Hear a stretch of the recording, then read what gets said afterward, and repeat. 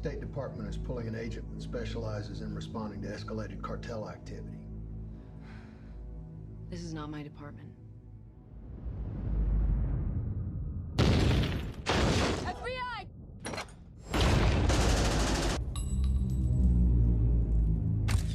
You want to be a part of this?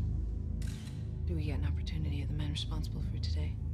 The men who are really responsible for today. Ever been to Juarez before? We're going to El Paso, right? You're not American. Where do you work for now? Well, I go where I'm sent.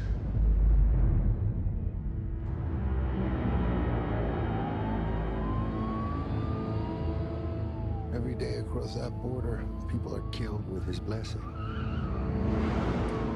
To find them would be like discovering a vaccine.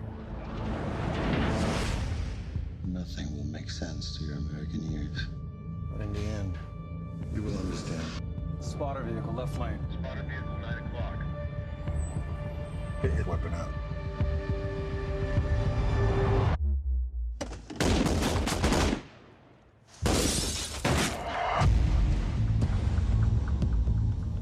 I'm not a soldier. This is not what I do. Juarez is what happens when they dig in. This is it.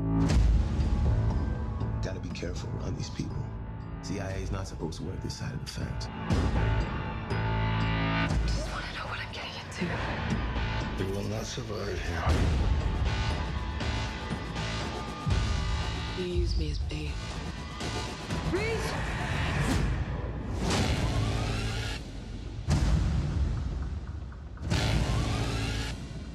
You saw things you shouldn't have seen. He works for the competition. Providing a measure of order that we could control. I'm gonna tell everyone what you did. That would be a major mistake.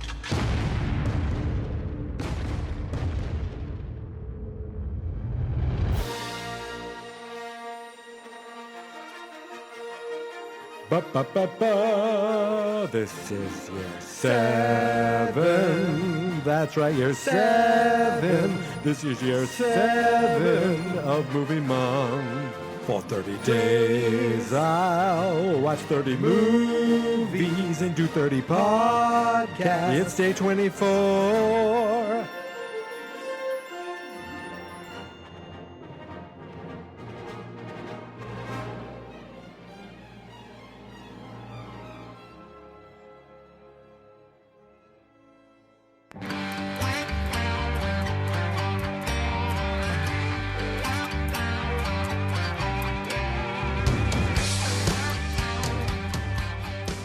On the 24th day of movie month, Mikey watched Sicario. I didn't really think this through. I just started talking. Hello, everybody, and welcome back to Movie Month Day 24, where today I watched, for the first time, from 2015, Sicario, which I want to call a Tyler Sheridan movie, even though he only wrote it. He wrote this and the sequel. I know him going all the way back to Sons of Anarchy, where he played the cop, and then he's written multiple movies, which I have reviewed here on Movie Month. Things like Hell and High Water, and that other one with those two actors, one of which is an Olsen, Elizabeth Olsen, and they're in The Winter, and I think John Barenthal's in that. Wow, I just realized he likes John Barenthal, at least as a writer. He likes to put him in his movies because I think he's in a future movie for him, but I can't believe... I forgot it already. I had it and I lost it. It's Hell and High Water is one. Then it was, it's the Indian Reservation and Missing Person, Elizabeth Olsen, and the guy from the Avengers, Jeremy Renner, and I can't think of what it's called. Doesn't matter. What these are good kind of, not police, but just kind of criminal, thriller, action, whatever you say. But I believe both of those came after Sicario. I like to say it like that. I don't know why. It just sounds like, gives it so much more flavor. Sicario. And I have to tell you, going into this movie, I had no idea what it was about. I knew that Benicio del Toro was in it. I knew that Emily Blunt was in it. And I knew that Josh, I almost called him Josh Thanos. Josh Thanos was in this, Josh Brolin. Which, of course, he's most famous for playing Bran Walsh on The Goonies, obviously, not whatever Marvel thing is. And I thought Sicario, honestly, I thought Sicario was a location. I thought it was a place in Mexico. I just knew that this was a military drug cartel police action drama. That's what I got out of it. That's what I thought Sicario would be. And for some reason, I thought this movie had connection to like Steven Soderbergh. Well, I don't know why. I thought I thought maybe he produced it. I have no idea. It was directed by Denis Villeneuve, who we've talked about here before a couple of years ago with Arrival. And I'm not sure if he's directed much else. He's directed little things. He's directing like Dune, the new redo of Dune, which said 2020, but I don't know. And he directed Blade Runner 2049, which I have not seen. Why would I see a sequel when I'm not going to get into it. Maybe someday. It's on a list. This list is long, but today something came off that list when I saw Sicario. Right away at the beginning of the movie, it spoils the entire movie for you. You know, yesterday I was talking about Midsummer. If you hadn't seen that, there's something that happens and you're like, oh, well, that detailed the entire movie. And this, not exactly the same thing, but they kind of tell you, hey, you know what Sicario means in Mexican? It means hitman. And you're like, okay, cool, thanks. And then we start what we feel like is a fairly straightforward police drama. But it's just very, very well done with high quality actors. And just it was good direction, good actors. My friend Chris was saying, you know, listen for the sound quality, like the sound editing, high quality stuff where at some points, like you're not seeing anybody talk. You're not hearing anybody talk either. And you're kind of guided along by the sounds of this warfare going on. But I'm getting ahead of myself. The movie starts with an FBI raid on this home in Arizona, I want to say. And it's like FBI SWAT. So it's the United States, you know, FBI, they're allowed to, they are basically the police of the country. They're like you have your local police, your state police, and your federal police, which are the, you know, FBI.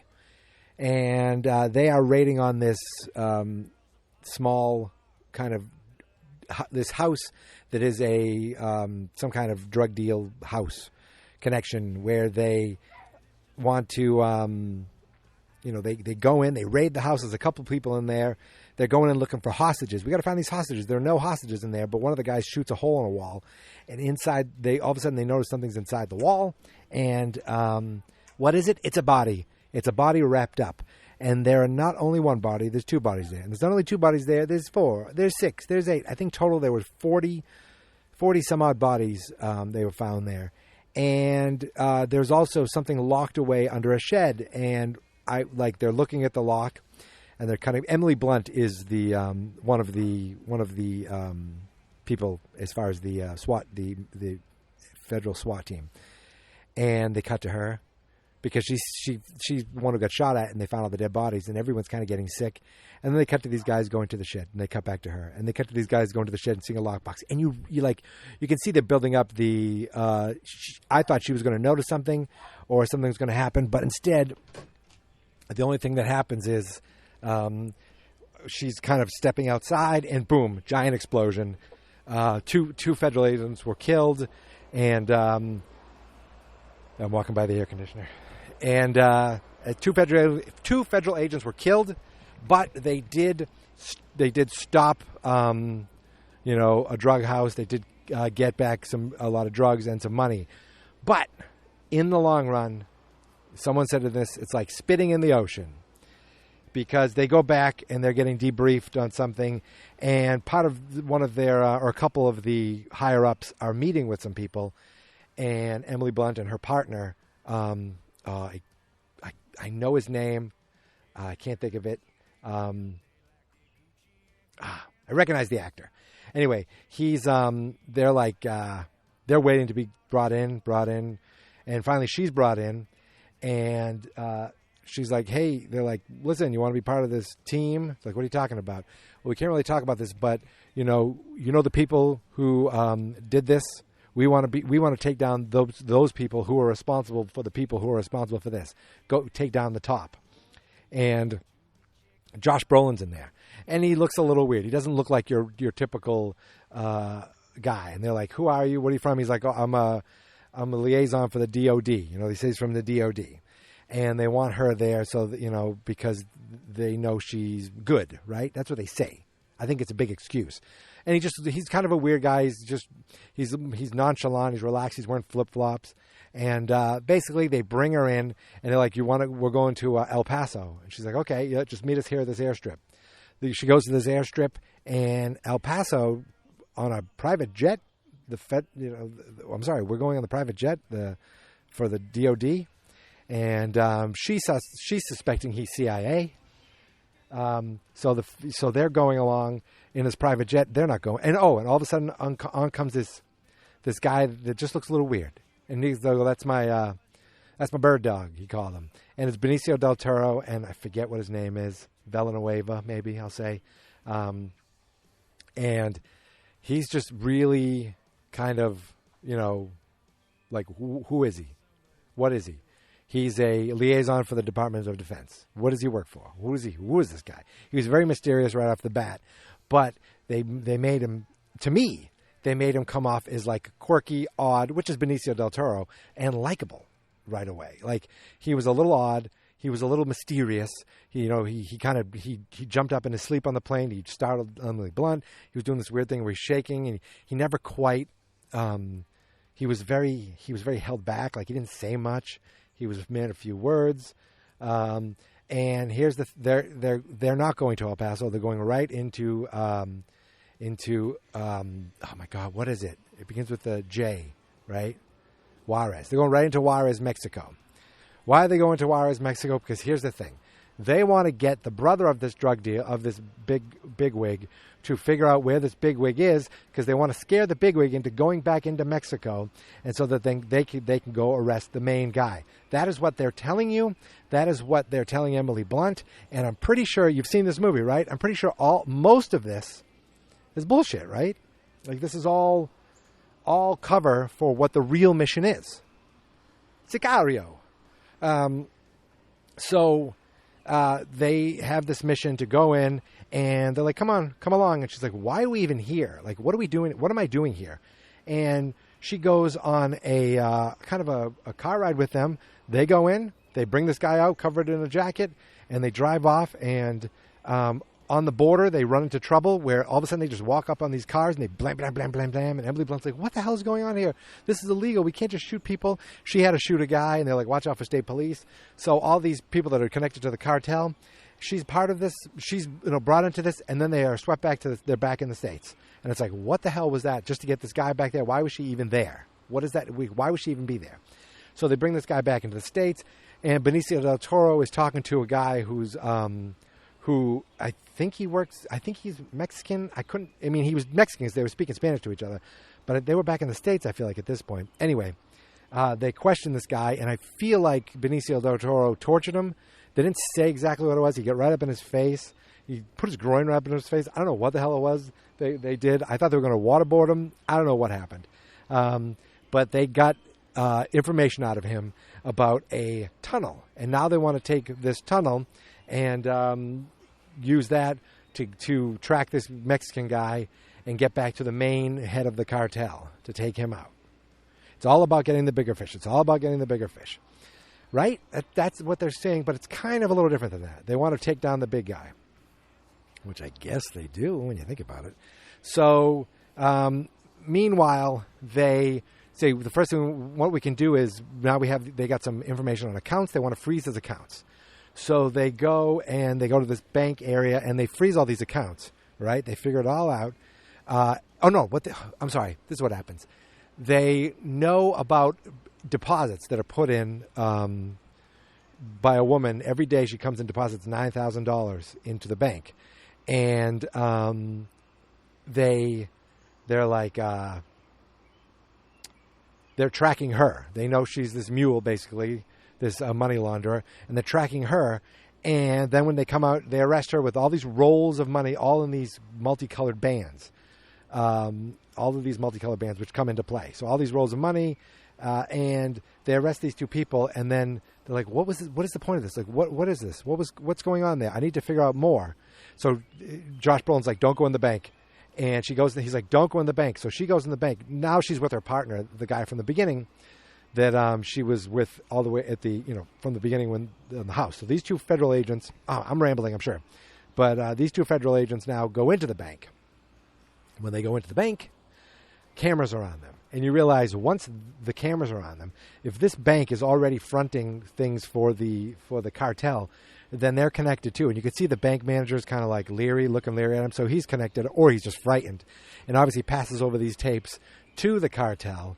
And the cartel now knows who is onto them, this woman and this man.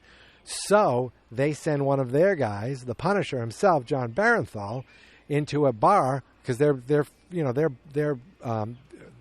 Emily Blunt and her friend, her partner, go to a bar.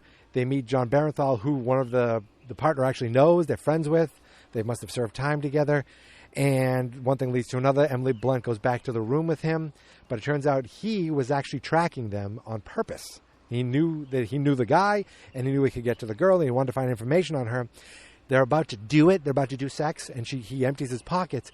And one of the things he empties out is the multicolored band, one of those multicolored bands that was around the money. We actually also saw it on the guy in the cartel. They never showed his face, but I think that was, they showed one of the multicolored bands. So you know that those things they're using, which really kind of a bad idea. It stands out, doesn't it? Ties everything together. Maybe they shouldn't use those bands. So she sees that, and she starts to get really nervous. And she goes in the other room, and he's like, what's up? What's the matter? All of a sudden, she just, pushes him, and he starts to fight back. She grabs his gun. He's like, what are you grabbing your gun for? And, they start fighting, and he starts choking her. And, you think he's going to kill her. He's like, you did this to yourself. You did this to yourself. You shouldn't have done this. You shouldn't have done this. And then Benicio del Toro steps into the room. He looks up and sees Benicio del Toro, and he puts the gun up to his head. And Benicio comes in and saves him because Benicio's the hero of this movie. I don't know. Sicario. So, it turns out that Josh Brolin says, "I told you you should not have gone into the bank." So she's like, "I was bait. I basically brought my hitman home with me." "Oh, hitman, Sicario." No. I brought my hitman home with me. He's like, "No, he wouldn't have killed you. He just wanted to get information from you." But I think they figured that something bad would happen, so they started tracking her. And when they saw her go home with this guy, they followed her home, and then Benicio let himself in and, took this guy out. Now, one of my favorite scenes in the movie is in the truck, John Barenthal, who I know as the Punisher, and I know as the man who inflicts pain and gets information out of people and is the badass. Now he is this whimpering guy in this car. He's great at kind of showing emotion, like exacerbatedness. He's really great at that, and he's getting, you could see he got roughed up by Benicio del Toro, and then Benicio's doing things where he's ripping at his eye, sticking his finger in his ear, just really just little things that are hurting him. And then Josh Brolin's like, "Look, you need to tell us everybody who's connected right away, okay? It's a difference between your kids going into witness protection or us putting your ex-wife's address out on the internet. It's a difference between you going into a country club, prison, or you going into a kill prison, basically. We can make all those differences for you. So you want to play a deal.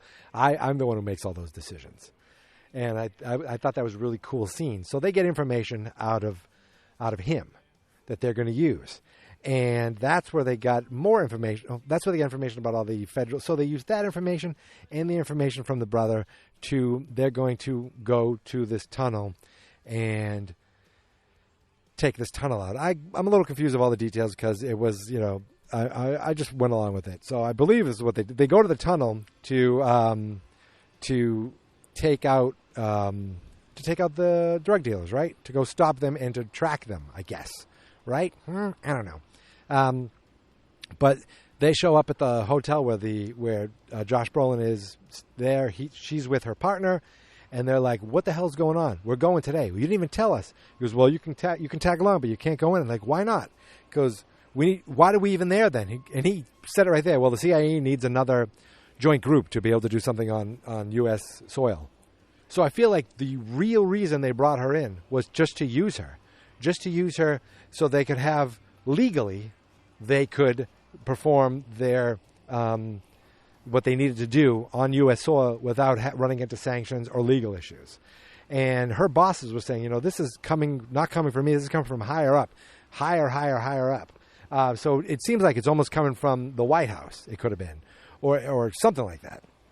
But they're basically, this is the way around it. You bring her in. She volunteered. And because she volunteered, the FBI is now working with the CIA. Now the CIA has the ability to do these things. So that pisses her off.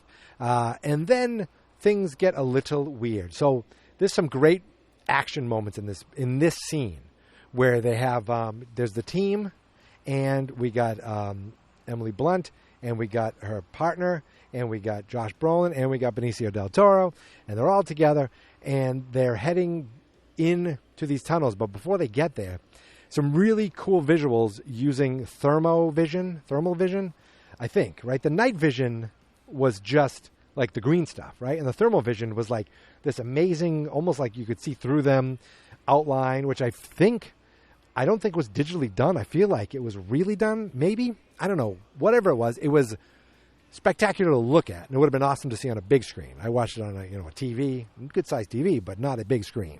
Not a humongous screen, not the big screen. So I thought that was really cool. And then it was very silent, and like they're just kind of going along, and you're just hearing gunfighting in the background. You're just following along with them. You're kind of part of the soldier group where you don't know what the hell's going on, and you're just going with them. And at one point, it gets really dark, and I thought, what's going on? But then you can hear, and then it gets louder and louder, and then you realize, then they're in the underground, and there's lights on, so they can take their helmets off, and then you realize they're fighting with people down there, fighting. Someone almost takes her out. Her partner's like, cover me. And he's like, get my six. He didn't say cover me. He goes, get my six. And he starts shooting at someone. Then she looks, and everyone's going one way, and Benicio del Toro is going another way. Now, throughout this movie, we were also getting scenes of this police officer, a Mexican police officer, who we'd see him get up in the morning. His son wants to go watch him play soccer. He has breakfast. Then he goes out, and he puts on his uniform, and you realize he's a police officer. Later on, we see him. His son's like, "Do you want to play soccer today?" He's like, "Yeah, I'll play soccer with you." And then his son goes near his gun. He's like, "Don't touch that. Never touch that." So you could see he's trying to keep his work life. He doesn't want his son to have that life. And I'm thinking, oh, this guy's a good guy. This guy's a good guy. No, or maybe he's not a good guy, or he's maybe not a bad guy, but he's doing a bad thing because Benicio, because we see at the other end of the tunnel, here's our friend the cop. He's there, and there's someone unloading drugs from him. And I'm like, oh, man, that's that cop. Oh, no. And like, come on, hurry up, because they can hear the gunfire. And then this guy's like, he goes, then the guy pulls the gun on the cop. He's like, hurry up. And then, boom, this guy gets shot. You look, there's Benicio del Toro walking up on him. And he walks up on this guy, and this guy's like, are you Mercedes? Not Mercedes, but it was like Medios, which means something, and we'll get there. And he starts yelling at him. He's like, get in the car, whatever. All of a sudden, Emily Blunt walks up because she saw Benicio del Toro walk off, and she walks up behind him like, what's going on here? What are you doing? She goes, you need to stop that. He goes, you need to go away. You need to stop it. She puts her gun up. He puts 2 shots, boom, boom, right in her vest, right? And then he walks up to her. He goes, you never point a gun at me like that, okay? Just breathe. You'll be fine, basically. He walks away. So I'm still thinking, wait a second. Is he just a real hard ass and he's trying to teach her a lesson? I think so, but I don't know. Okay, so then the movie becomes Benicio del Toro's movie for a little while.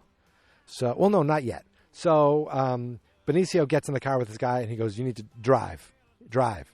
And you're thinking, did Benicio go rogue? No, he did not. Because on the way out, everyone's coming out, and they're like, "We did it! Yeah, we did it! That worked out perfectly." And then Emily Blunt's friend comes out, and he's like, partner comes out, he's like, "We're still missing her. Where is she? Where's Kate?" I think that's her name, Kate. And we got to go back. But then she comes out, and she's like, "Ugh." She goes, and then she punches Josh Brolin right in the face, and he grabs her and holds her down, and they push back, and they put a gun on her partner, like, "Stay back, stay back." He's like, "What the hell are you doing?" She goes, "What is this? What the hell is this? What the hell's going on?" He goes, "You obviously saw something you weren't supposed to see." I'm like, uh-oh, they're all in on whatever this is. Are they the bad guys? And I don't think they're the quote-unquote bad guys. I think they're the good guys who will do whatever it takes to take out the bad guys. I think. But something else happens that makes me question that. So he's like, "You need to understand something." She goes, "Who is he?" They said, "Medios. What is that? What the hell is that?" And he goes, "That is it goes back to like a traditional type thing where there was order amongst all the, the criminals. Basically, someone kept order among them all, and we're trying to restore that." So she realizes then he works for the cartel. He works for the competition. He goes, no. He works for whoever will help him, whoever made him. That's who he'll work to take out whoever made him. And you're like, what? That wording was a little different. She goes, he'll work for whoever. Now, earlier in the movie, when he saw the Mexican friend, he was like, "How are you doing? I'm glad to see you're still working. I'm sorry for your loss. I'm sorry for what happened to you." So what does that mean? Well, then Josh Brolin tells Emily Blunt, he goes, he works for anybody who will help him find the man who chopped off his wife's head and pushed his daughter into a vat of acid. He's, yeah, that's the type of people we're dealing with here. So it's like, wait, what? Okay. Benicio del Toro was a cartel. Now he's kind of a mercenary, and he wants to take out these cartel guys, so much so that he will work with the CIA to do so because of what they did to his family. So she's like, I can't.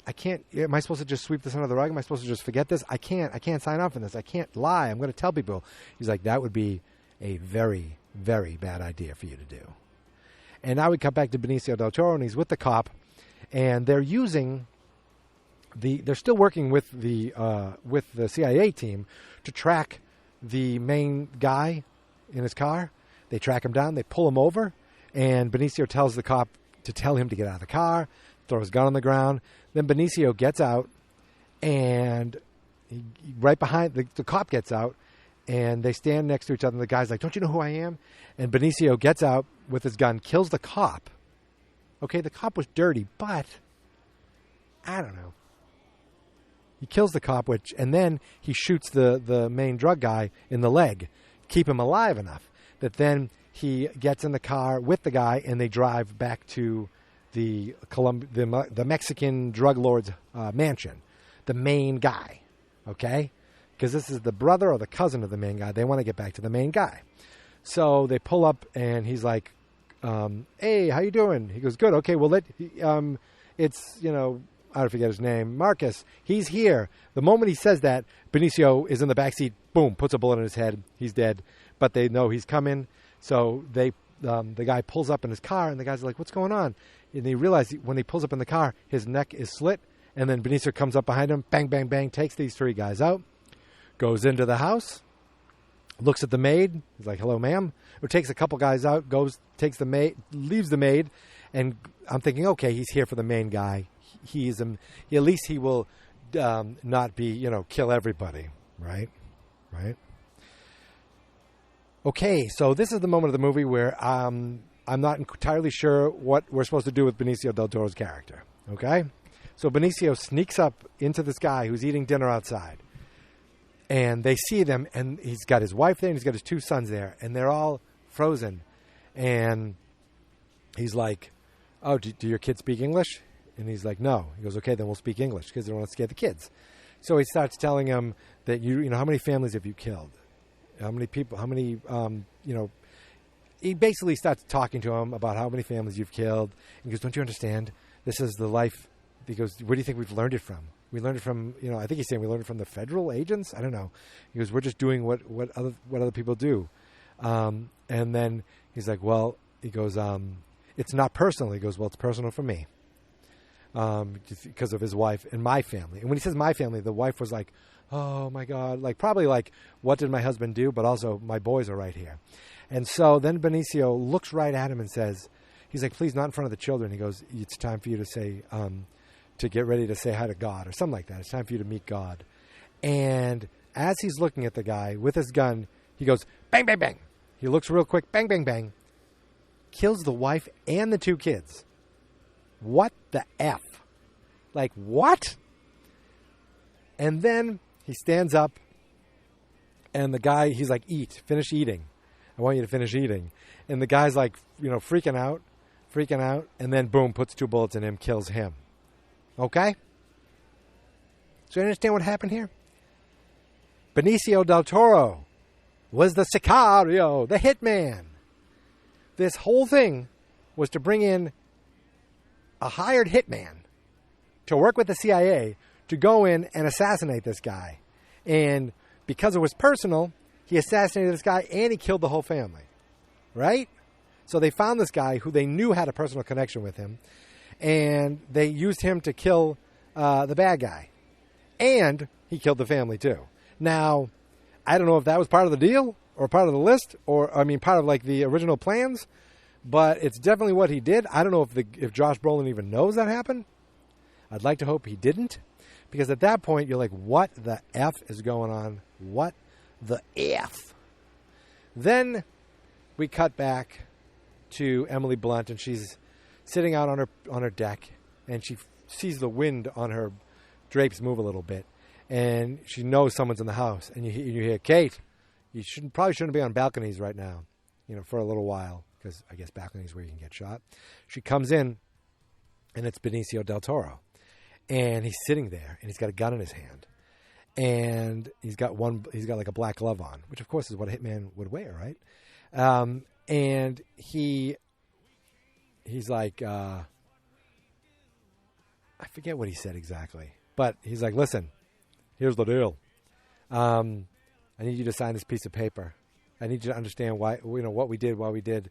Because he said earlier in the movie, he goes, at the end, you'll understand what is going on. You'll think things are wrong, but it'll make sense later. But I don't think it will. I don't know if she knows what happened, but he's like, this piece of paper here, you need to sign this. It basically says that everything we did was above board and by the books. She's like, I can't sign that. I can't sign it. He gets right up in her, sits down, puts a gun under her chin. He goes, you'll be committing suicide. Now, he's not saying you'll be committing career suicide if you do this. He's saying, I will shoot you through the face, and they'll just think you committed suicide. And I'll just leave, and you won't be able to talk anyway. So she scares him into signing. And then he gets up, and he's like, bye. I don't know what he said exactly. He gets up, and he just walks out. He walks the parking lot with his back to her. And she comes out on her porch again, on her deck, holds a gun on her balcony, and he looks at her, and she's holding the gun, and he keeps looking at her. She doesn't do anything, and then he turns around and walks away.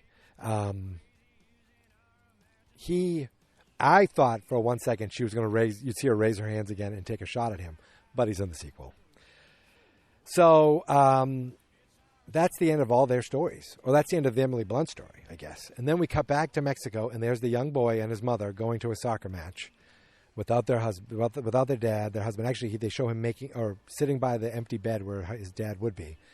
And they go to the soccer match and the soccer game, and they're kicking around the ball, and he's trying his best. And then you hear in the background, machine guns, and they just kind of look, and I'm like, huh, all right. And they go back to playing soccer. And that was a little thing of like, this is just everyday life for these kids. These people who are just looking to raise their kids and have a fine life for their kids, they're just playing, they're living their life, and this is the life that's around them. All these machine guns and explosions and stuff. They showed earlier in the movie when you cut the head of the chicken off, and they showed all these, gunfire and explosions at night. But the whole movie was about this hitman, and this hitman went in to perform a hit on this drug cartel leader, and he took out the entire family, which was just effed up. And now he's in the sequel? So now the sequel stars Benicio del Toro and Josh Brolin.